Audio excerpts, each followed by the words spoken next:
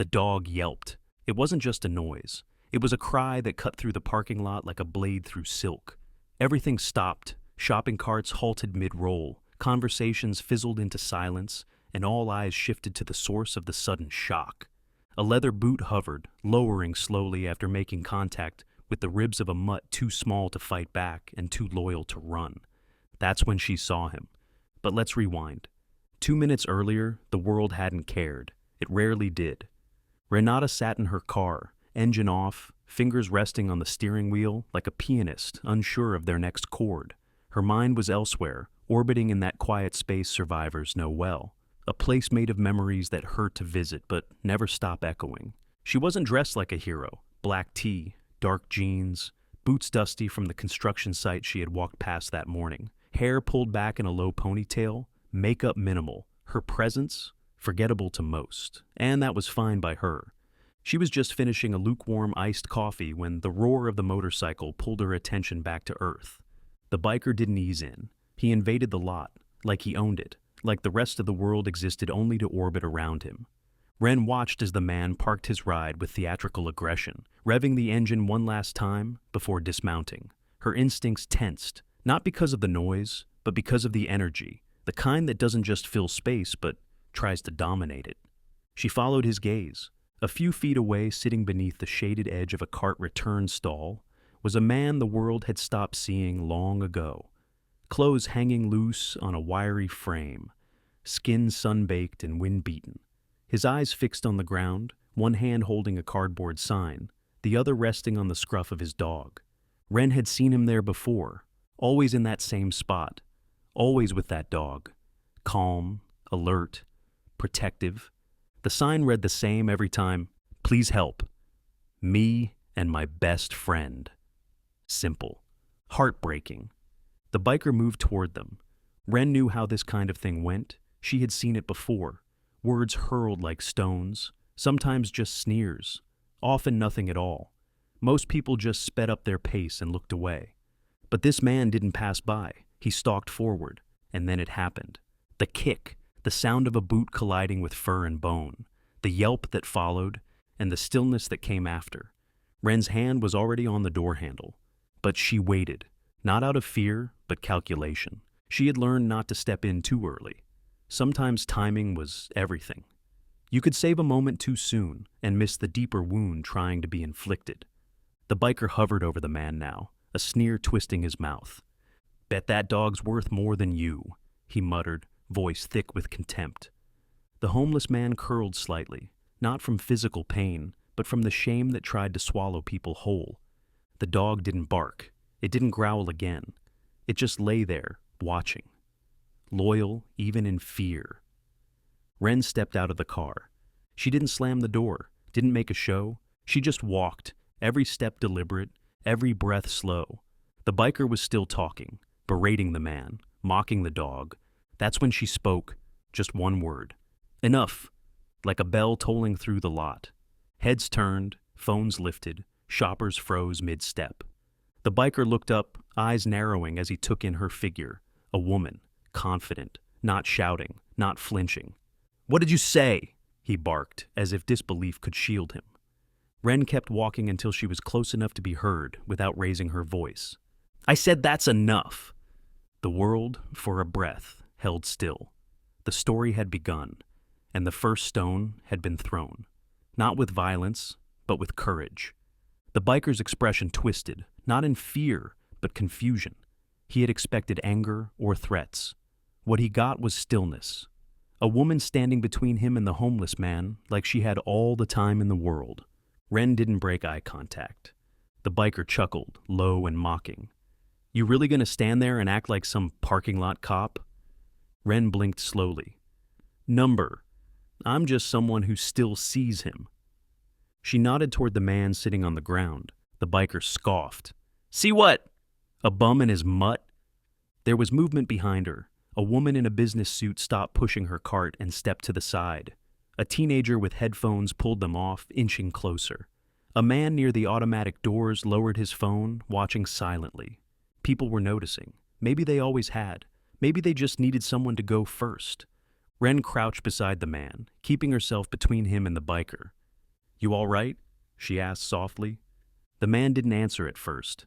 His lips parted, but no words came. He looked past her, eyes clouded with something older than fear. "Can I touch your dog?" she asked. His eyes shifted, focusing on her face. He nodded once. Wren extended a hand, palm up. The dog sniffed, then pressed its nose against her fingers. "He's got a brave heart," she said, still not looking at the biker. "Some people mistake kindness for weakness. But you know better, don't you?" The man's voice came as a whisper, barely audible. "He saved my life." Wren nodded, still petting the dog. "Mine too," she said. The biker rolled his eyes. "What is this, therapy time?" Wren stood. "Maybe it should be." Her voice was louder now, calm but cutting. "You walk into this place looking for someone to step on, and you pick the one person who has nothing left to lose. Why? Because he's not going to fight you back?" The biker took a step forward, puffing his chest. "You don't know anything about me." "No," Wren said, "but I know what it's like to feel invisible, to wonder if the world's ever going to see you for who you really are, to feel small, powerless. And I know what it's like to let that pain eat you until the only way you know how to survive is to pass it to someone else." He looked shaken, like she had struck something hidden deep inside him. Wren took a breath. The air was thicker now, not just because of tension, but because truth was filling it.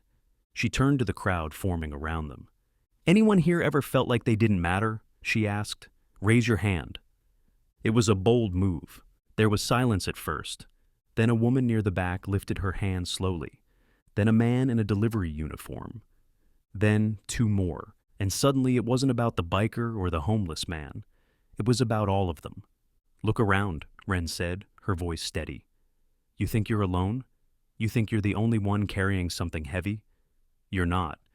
But hurting people who already carry more than you, that doesn't make you stronger." The biker's fists clenched. "You want to hit me?" Wren asked. "Do it, but it won't erase whatever happened to you, and it won't fix what's broken." The dog barked once, short, sharp. The biker flinched. Wren knelt again, this time beside the homeless man and the dog. She rested her hand gently on the man's arm. "What's his name?" she asked. "Chase," the man whispered. "Found me during that storm last month. I thought I was going to die." Wren smiled faintly. "He found you because you were still meant to be here." Tears welled up in the man's eyes. He nodded, swallowing hard. The biker turned and paced away a few steps, dragging a hand across his scalp like he was trying to erase something from his thoughts. "You think this little moment makes you better than me?" he called over his shoulder. "No," Wren answered. "I think it makes us human." He stopped, shoulders rising and falling with shallow breaths. Wren stood once more. "I don't need to win this. I'm not here to fight. I'm here to make sure someone doesn't lose more than he already has." She nodded toward the homeless man again. "This isn't about you or me. This is about what we allow to happen when we say nothing." The biker looked around. The crowd wasn't leaving. No one was laughing. No one was applauding either. Just eyes, witnesses. And for the first time, he looked small. Wren stepped closer to the man and whispered something. Then she stood, turning toward the crowd. "Can anyone here give this man a ride?" she asked. "Or help him get some food?" A woman stepped forward, raising her hand. "I can," she said. "My brother was homeless. Someone helped him once." Wren nodded. "Then maybe this is the moment we turn this into something good." The biker didn't speak again. He watched in silence as kindness bloomed in the space where cruelty had tried to thrive. Wren reached into her pocket and handed the man a card. "Veterinarian, good people, take Chase there." He looked up at her with a face full of something not quite hope, but its beginning. And Wren, for the first time that day, smiled. The parking lot slowly returned to motion. The biker walked away, vanishing into the murmur of cars and indifferent sky. The moment didn't end with applause. It ended with something quieter, a collective pause, a shared breath.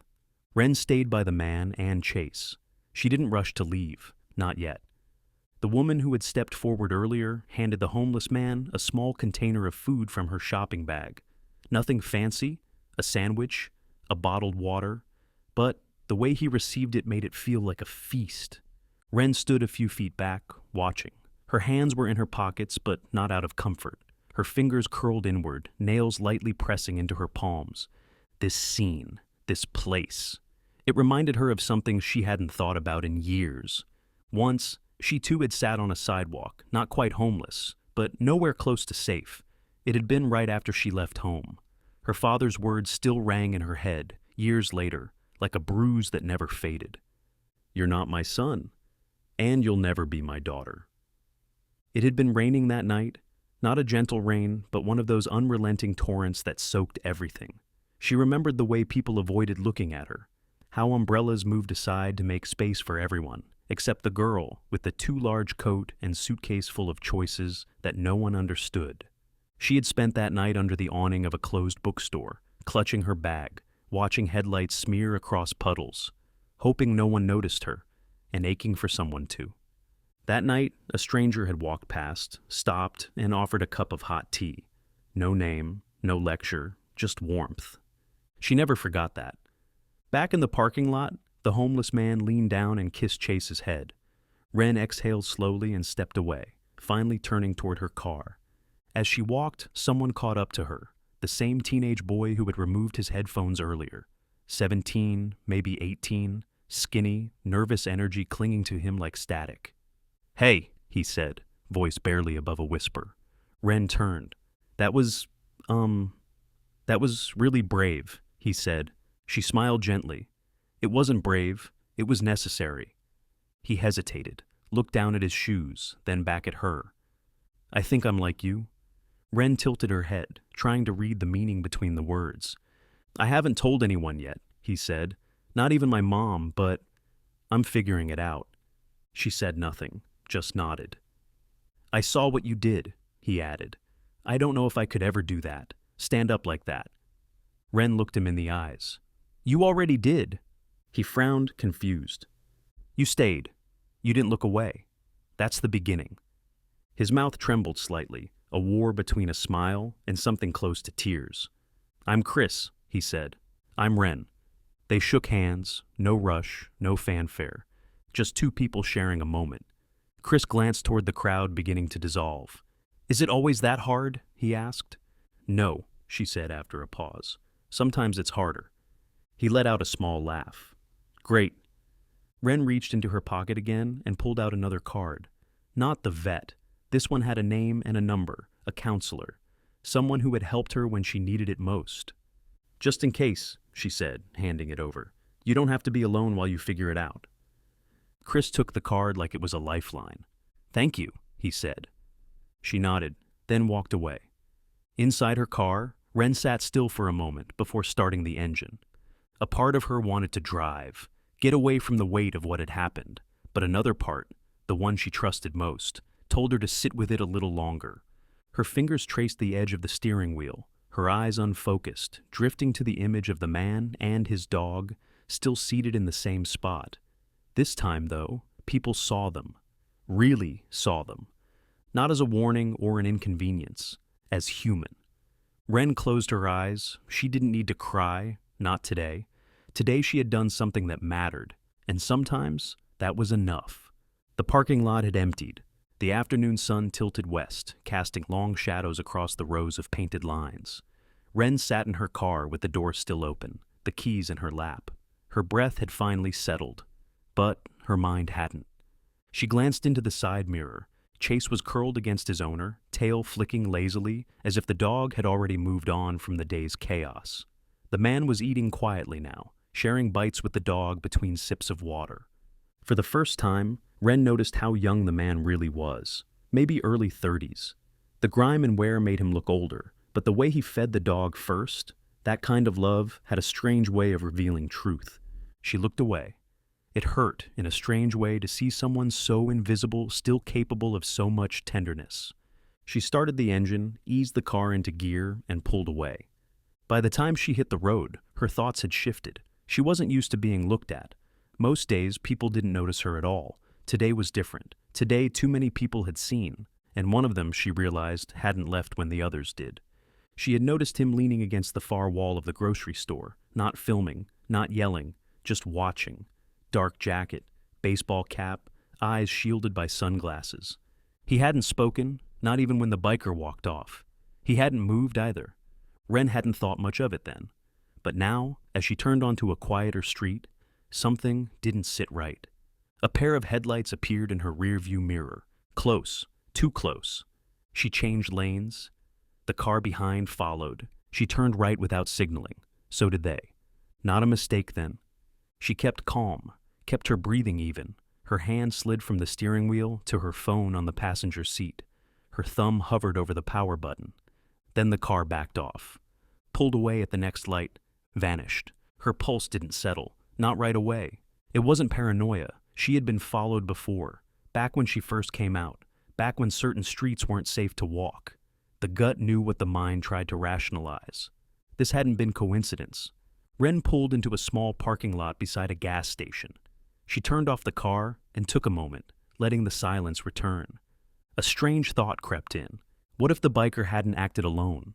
Not in the sense of a plan, but a pattern. What if he was part of something larger? A belief, a sickness.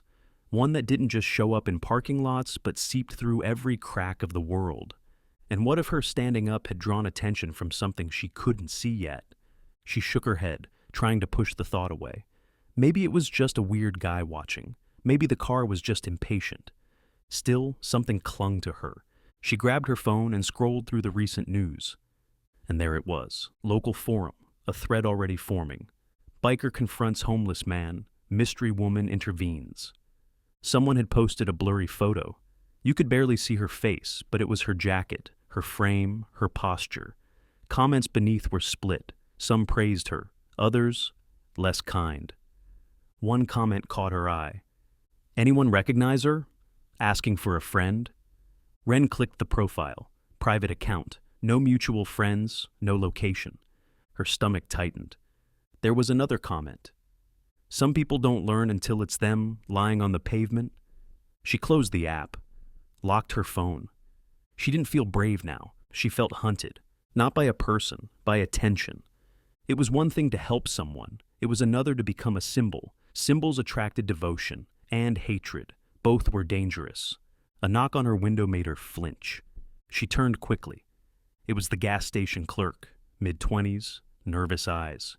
You okay? He asked. You've been sitting here a while. She managed a tight smile. Yeah, just thinking.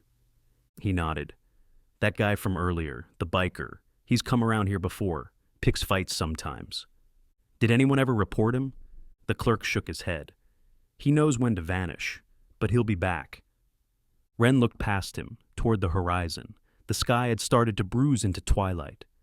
Maybe next time he won't get the chance, she said quietly. The clerk looked at her for a second longer than he needed to. Then he nodded and went back inside. Wren started the engine again. This time, she didn't hesitate. She drove, not fast, not slow, just steady. But the idea had taken root, that maybe this wasn't over. Maybe she had walked into a story bigger than she realized. And if that was true, she needed to be ready. The next morning, Wren didn't check the forums. She didn't open the comments, didn't scroll. She already knew what would be there. Some would praise her, some would mock her, others would threaten. Instead, she stood by the kitchen sink, hands wrapped around a chipped mug of tea, staring at the apartment building across the alley. The city felt louder today, not in noise, but in weight. Everything felt heavier. She had lived her life keeping to the edges, choosing invisibility when the cost of being seen was too high. But yesterday, she had stepped into the center, and the world had seen her. Now she had to decide what came next. The knock on the door came just past 9. Not loud, not frantic, just 2 simple taps. Wren set her mug down and walked to the door, peeking through the viewer. It was the homeless man. She opened it without speaking. He stood there with Chase, who sat patiently at his feet. The man wore a clean shirt, too large, but dry. His hair was combed. There was something different in his face. Not peace exactly, but clarity. Hope I'm not bothering you, he said. Wren stepped aside. Come in. He walked in slowly, scanning the apartment like it was a museum. He sat on the edge of the couch, Chase curling up at his feet. I got your card to the vet, he said.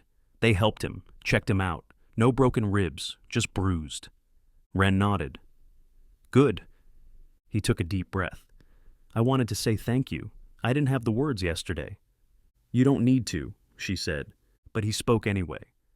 I've been out there for a long time. People stop seeing you after a while. You stop seeing yourself. But yesterday, you looked at me like I was still someone. You are. His eyes watered and he didn't hide it. I don't know how to repay that. You just did. They sat in silence for a while, the kind that feels earned. Then he reached into his pocket and handed her something. It was a folded piece of paper. A drawing. Wren opened it. It was crude but heartfelt. A sketch of the parking lot. Her, standing between him and the biker. Chase, growling in front. People around them, all drawn in pencil. At the top, in shaky letters, it read, "Thank you for standing when others didn't." Wren held the drawing like it was glass. "You kept that in your head?" she asked. "Every second," he replied. She smiled, but it faded as her mind turned back to the shadows that followed her yesterday. "There's something you should know," she said.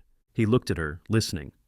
"I think someone's watching, maybe more than one, after what happened, after the videos."